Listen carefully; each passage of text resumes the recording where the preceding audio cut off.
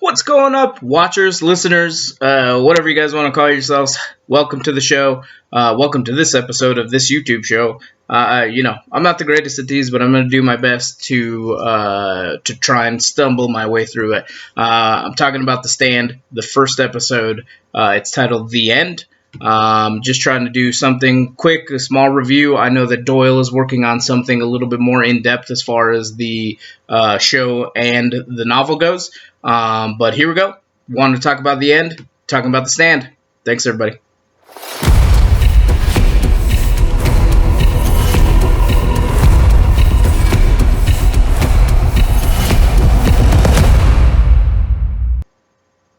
So the first episode begins already in the future. We'll call that the live timeline. It begins after the virus has already begun or ended, somewhere in the middle. We see Harold going into a church. He's just a small, scrawny dude, just like he's always been depicted in the 1994 one as well. A little weird. And he throws up. He can't stand seeing dead people in the pews.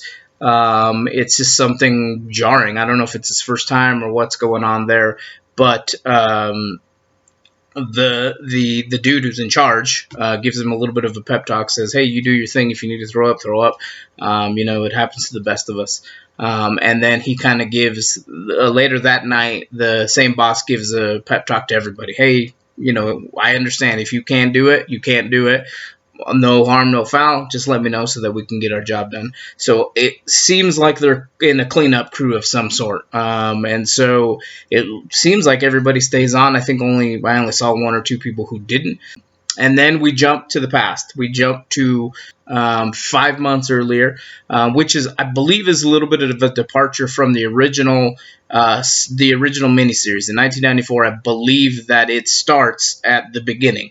There's not a lot of jumping back and forth from 5 months from now to the past or the future, however this ends up lasting, which feels a little disjointed.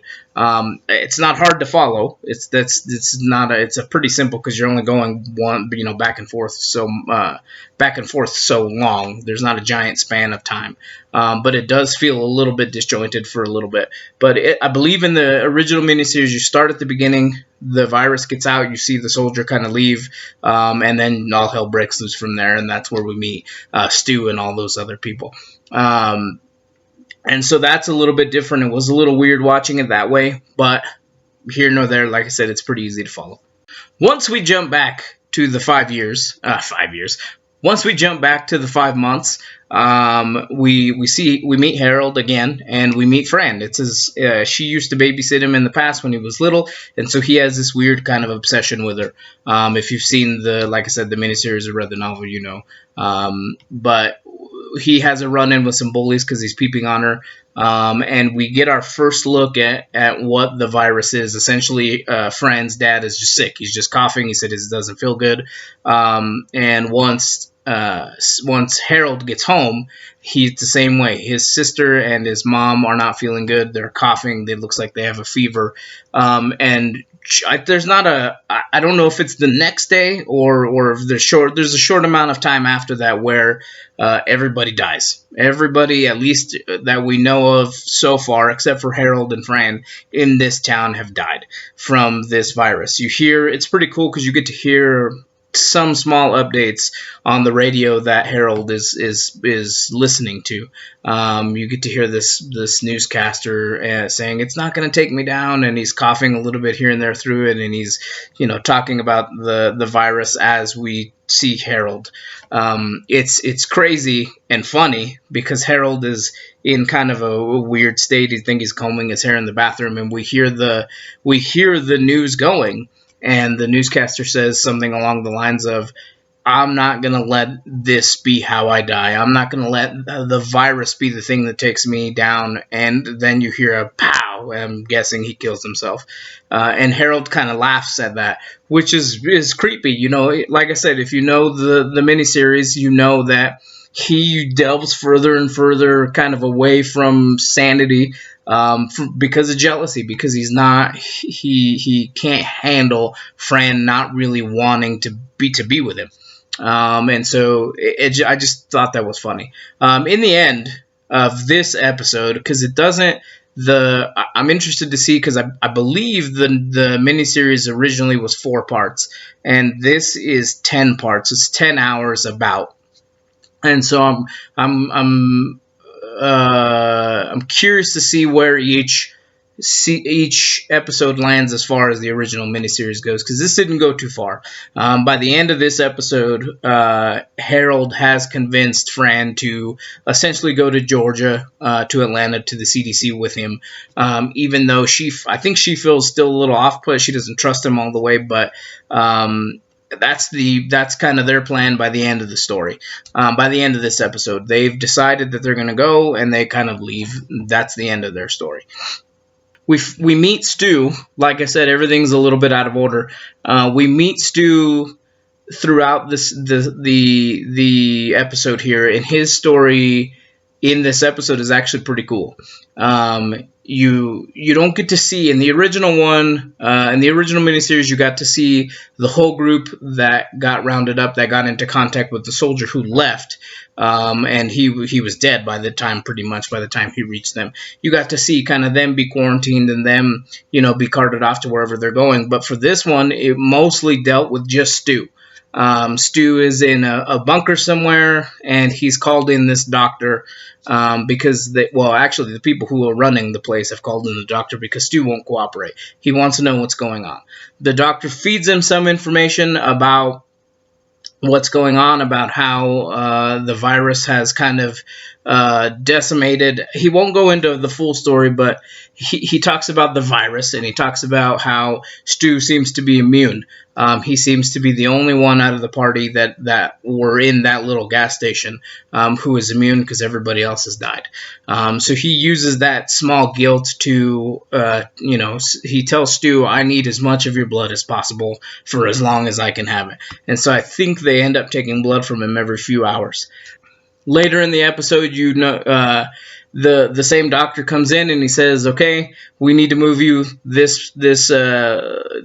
nurse that saw him, it's speculated because she coughs or sneezes earlier in the episode, her son was diagnosed with this virus, and so they're clearing everybody out that isn't dead, and they're moving them to a different bunker. Apparently the bunker that they moved them to is some feet under the ground that's supposed to withstand some kind of nuclear bomb. As time goes on, in the major bunker, you see that the doctor who has been helping Stu this whole time begins to develop the cough. He begins to develop those symptoms that seem to have been killing everybody. He gives kind of a speech about how he hoped that he'd be the one to solve it and to make it better.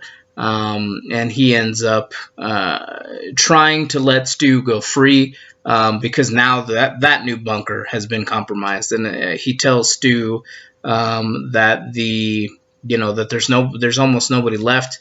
Almost everybody's died at this point. And the doctor and this other doctor, military man, get into a standoff, and they both end up dying. Stu ends up getting out and meeting, I believe he was a colonel, if I'm not mistaken, who is played by J.K. Simmons. And J.K. talks about, when Stu comes into this room that J.K. has let him come up to, because J.K.'s character controls the whole building, he sees on all these TV screens that are around him the death and people being carted into trucks and just dead people everywhere. And so I think this is kind of the first time where he can see kind of the veracity of what's going on around him, because obviously nobody's told him that up to this point. Everybody's kind of kept Stu in the dark. And the J.K. Simmons character says, he essentially lets Stu go, but he says, hey, he just found out his daughter died, and she left him this poem book that he'd never read up to this point. And he reads a poem essentially while Stu is leaving until he kills himself. And so we see Stu kind of escape by the end of the episode, but that's it. That's kind of where it ends. Stu leaves the bunker with a little bit of knowledge, but not too much knowledge. He knows that there's a virus out there, and it seems like there's tons and tons of deaths. Throughout, and I didn't talk about it because they're little pieces, but throughout this first episode, you never really see Randall Flagg's face until the very end of the episode. You never you saw Whoopi Goldberg's, you saw the old lady. She had originally come to a dream with Fran before Harold came to save her. She was trying to kill herself in an overdose, and Harold came and convinced her to go to the plan, and that's how they ended up going to the CDC, or they're on their way to the CDC. Fran saw the old lady in a dream in a cornfield, and she said, "Come to Boulder, don't forget." And so the old lady is at this point trying to recruit people to make sure that they go to Boulder to fight. We don't know for what yet. I know, but we don't know what's going on in this series. She saw him, and Stu saw the corn. He went through the corn, but he didn't see Abigail. I believe he saw the wolf. He saw Randall as the wolf. And as the episode progressed, Harold also saw Randall Flagg in the corn. Randall puts his hand out with I don't know what it was. It looked like a stone. It almost looked like a pill that he was in the Matrix or something. But it looked like he was offering it to Harold. And at the end of the episode, you finally see what really happened at the beginning of the timeline. You see this soldier in what we presume to be a base of some sort that now we know is developing a virus of some sort. And you see a gentleman, you see a person coming out in full virus garb, the full gown, and essentially the neck is swollen and bleeding from the eyes, and he puts his hand on the glass, and there's this green goop that's coming out. The person's dying, and the soldier locks down the base because this virus is about to get out. He knows protocol. All of the doors lock around him, except for one. The one that is letting him out of the building stays open, and you see a picture of his wife and his kid, and he decides, hell with it, I'm leaving. And so he leaves out the door. As soon as you see him leaving out and making the hallway turn, you see what is actually keeping the door open is a boot. Of course, it's Randall's boot, and he's keeping the door open until the soldier leaves. He moves his foot, the door closes. And then you see the soldier and his family driving down the highway, and a hitchhiker, again, by the side of the road. Again, it's Randall. He doesn't pick him up. And then Randall appears to the viewer in the back seat with the child, and you finally get a quick little glimpse of what his face looks like. Very quick. I know I'm not the greatest at this. I'm sorry about that, but my initial feelings, like I said, is I really enjoyed the original miniseries. The Skarsgård and J.K. Simmons for the small amount of time that he was in this, and the cast is pretty stacked. And so I'm excited to see where this goes, even though I think it almost has double the amount of time to tell this story. So I'm hoping that they use that time wisely and are not using it to build a world that doesn't really need to be built as much. Because I feel like in 9 hours, when we know that this is a limited, I assume this miniseries is going to tell the whole story. So I think in that time, hopefully they don't waste the extra 4 or whatever hours it was that the original one was in other stuff. I hope they tell a genuine story. I hope they tell, like I said, Doyle will be doing something more in depth with the novel. So hopefully with that extra time, they are able to include some of the more stuff that came from the novel. But this episode essentially told the story of 3 people: Harold, Franny, and Stu. Yes, we got a tiny little bit of Randall Flagg. Yes, we got a tiny little bit of some other people, but it essentially tells the story of the origination of the virus, from the laboratory, and how Harold and Franny kind of get together and go their ways. So I'm assuming that the first 2 or 3 episodes are probably going to follow that protocol. We're going to learn about 1 or 2 people, and then probably mid-season they'll probably all get together, and then we'll go from there.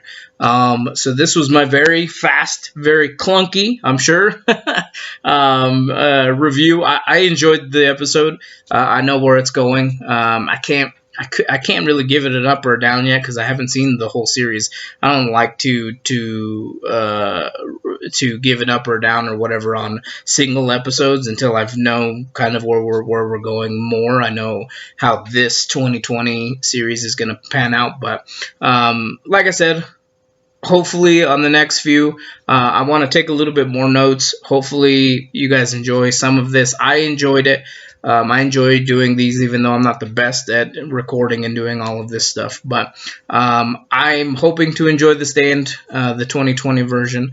Like I said, hopefully, I think the next couple episodes will revolve around some of the other characters that we know from the novel and the miniseries. So, you know where to find us. I'm sure there's going to be something around here telling you to like, subscribe, and hit that bell. Hit the bell, please, because that tells you when we release something.